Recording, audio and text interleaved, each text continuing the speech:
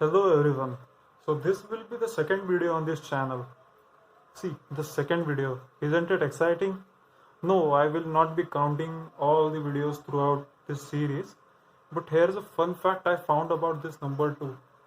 It says that 2 is equal to product of mass of a particle into its velocity square divided by that particle's kinetic energy. Okay, so let's get back to the video. And today we are going to learn some fairly simple topics like basics of probability theory and how does that help us in finding the expectation value of a function. So as we saw in the earlier video that quantum mechanics is a statistical interpretation. So we will step aside from our path and learn some probability theory. So let's start with a simple example. Assume there is a room containing 14 people. So there are total 14 number of people in a room. One person is aged 14. One person is aged 15. Three people are aged 16. Two people are aged 22. Two people are aged 24. And five people are aged 25. So this column represents age. And this is number of people there are. So there are total you can see 14 number of people. You can add them up and see. Now we write that given data in a simpler fashion, and from that we can also write there the total number of people, the total number of people would be equal to summation of number of people j, and j runs over from 0 to infinity. What that means is like for j equal to 0, n of 0 will be 0 because there are no people with age 0. Same for 1, 2 till 13. So there are no people in this group that belong to age 13. So directly we get for j equal to 14, n of 14 will be equal to 1. So like that we have to increase this index j till we cover all those ages that are available in that group. So that will give the total number of people in that group. Also based on that we can visually represent all of this data in the form of histogram. So we have plotted all these j values that are persons ages and with the total number of people that are corresponding to that age j. Now let's solve a simple question. If we were to pick a random person, what will be the probability that person's age is 15? So what will be the probability that person's age will be 15? So it is fairly simple to solve. You just need to formula that you must have learned in the elementary school, that probability of some random number j will be equal to number of people that are with age j upon total number of people. So here plugging in the j number equal to 15, n of 15 divided by n, which is 1 over 14. Like that we can also solve for people with different ages for their corresponding occurrence. Now you can check the fact that addition of all these probabilities is equal to 1. You just simply add all of this term and you can write that summation of probability j running from 0 to infinity will be equal to 1. So let's find an average of this system. For that you just need to add all of these ages corresponding to people and multiply that corresponding number with number of people. So like the total will be for an average, the total will be 1 into 14, so 1 into 15. This summation is divided by the total number of people, so that will give us the average number, the average age of this group. So that turns out to be 21 average age. So this number represents the average of the system. But we can see that there isn't a single person with age 21. So in this case, the average value of the system is kind of insignificant. But in quantum mechanics, this average value, or rather we call it an expectation value, would be of our interest. We can again raise a simple question that what would be the probability of squares of the ages, and that will be the simple problem to solve. Let's have some notation for average value. So for a system of variable j, the average value of j will be given between angular brackets. So this is the shorthand notation for average value, and formula for that is simple. It's just summation of j's and corresponding number of j's upon total sample size. So whatever the sample size is there, we will divide it by that, and you can see that this fraction is familiar to us. It's just probability of that particular sample that we have selected. So we can also write the average value as this. We can write similar formula for j square also.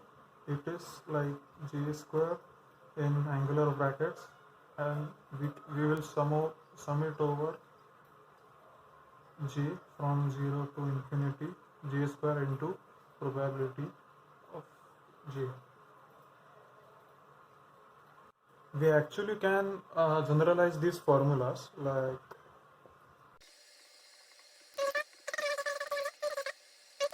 a generalized formula like expectation value of a function f of j. So it is some function with some value in terms of j. Its expectation value will be given as p of j into f of j. All these cases above are special case of this formula. This is more generalized equation for expectation value of any function. Okay, so now let's assume two examples of two distribution. These are randomly chosen. We can see that first distribution has sharply peaked average value at the number 5, and second distribution also has the average value 5, but it is broad and flat. Though their average value and mean value, all the values are same, their distribution is different. So we can say that their spread is different. So how do you decide the spread in the distribution? The obvious way will be to find out how far each individual is from the average, and that is from that we can simply subtract the individual quantity from corresponding average value. Like it will look like this. The delta j, for example, the quantity we need to find to describe the spread, will be equal to the j value minus average value of the system. Now if we have to find the expectation value of delta j, so expectation value of delta j, from by definition it will be from the previous definition we can write it as p of j into j minus expectation value of j. This thing is summed over j, and so we can simplify it further by distributing the terms. So j into p of j minus j in curly brackets p of j. So this term here is a basic definition of average value of G. So expectation value of G, and this term right here equates to 1, a total of probability of all the times. So G into 1, and this gives us 0. So the expectation value of delta J is 0. Now we can move on to derive a new quantity called variance of the distribution. So it simply goes like this: sigma square equal to average value of delta J square. So from definition we can solve it as like the formula that we derived earlier, delta J square into P of J, and further we can simplify it. So it will be summation of J minus average value of J squared into P of J. You can expand this polynomial.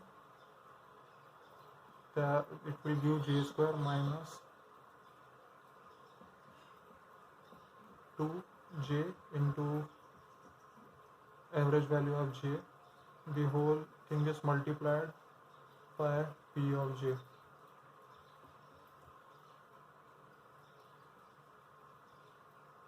Okay, so let's distribute the term. So now the first value will give us the expectation value for J square. The second term, this is 1, and in third term this also is this also will give the value, average value of J. So we can simplify it as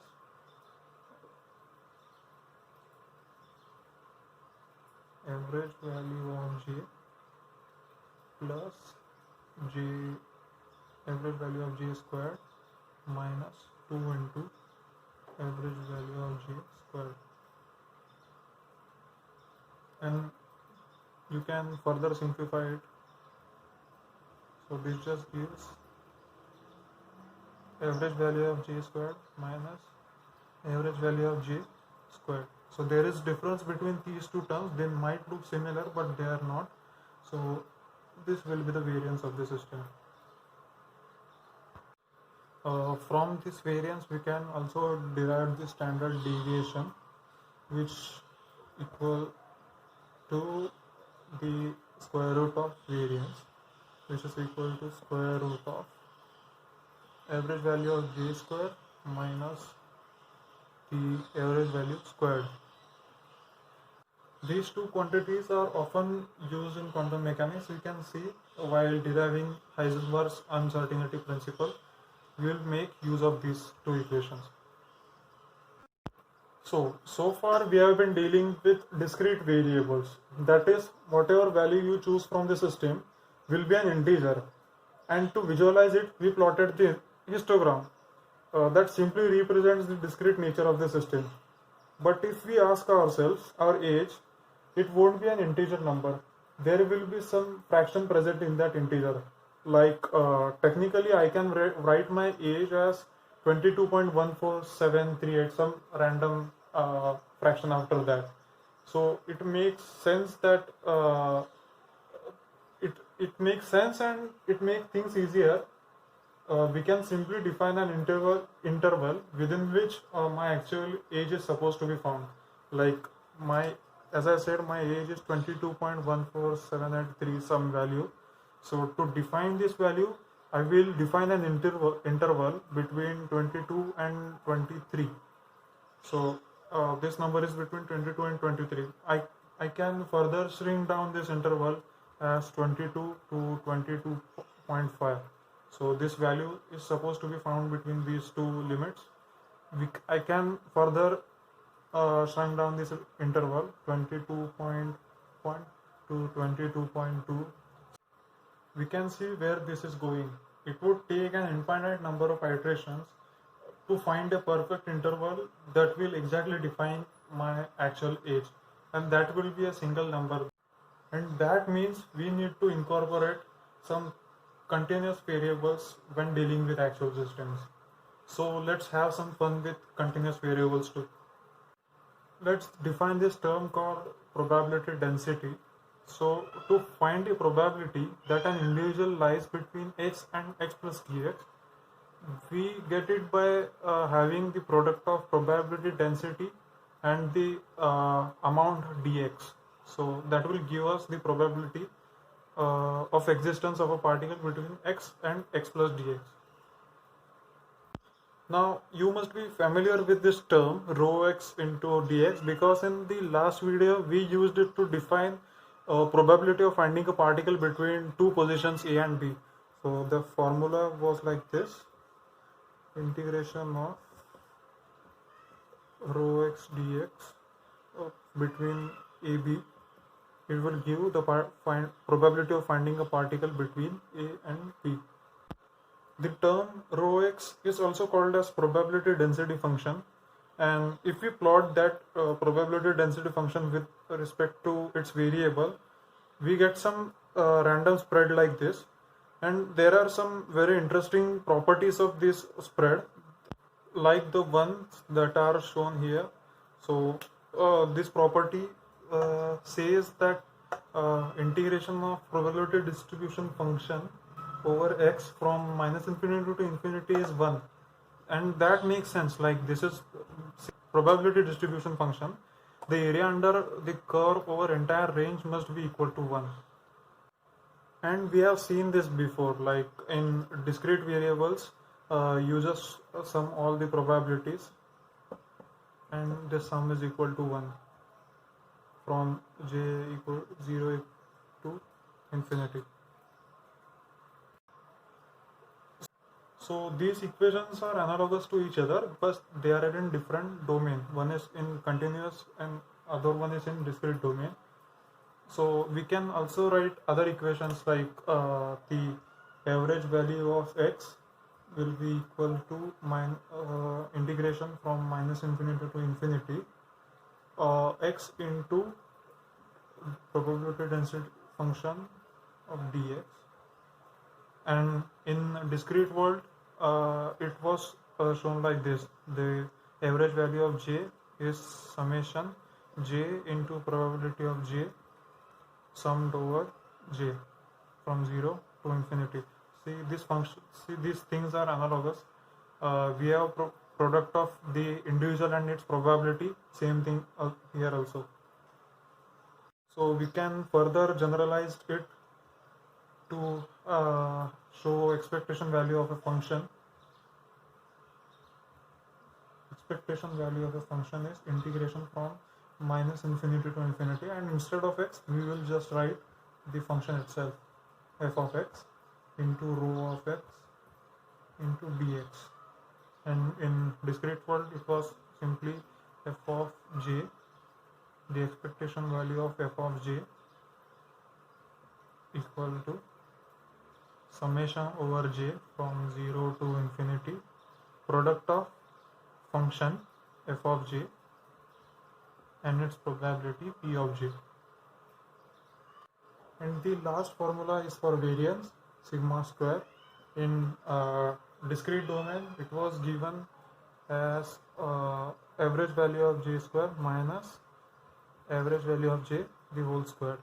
Also in continuous domain it can be given as sigma square x is equal to average value of x square minus average value or expectation value of x the whole square.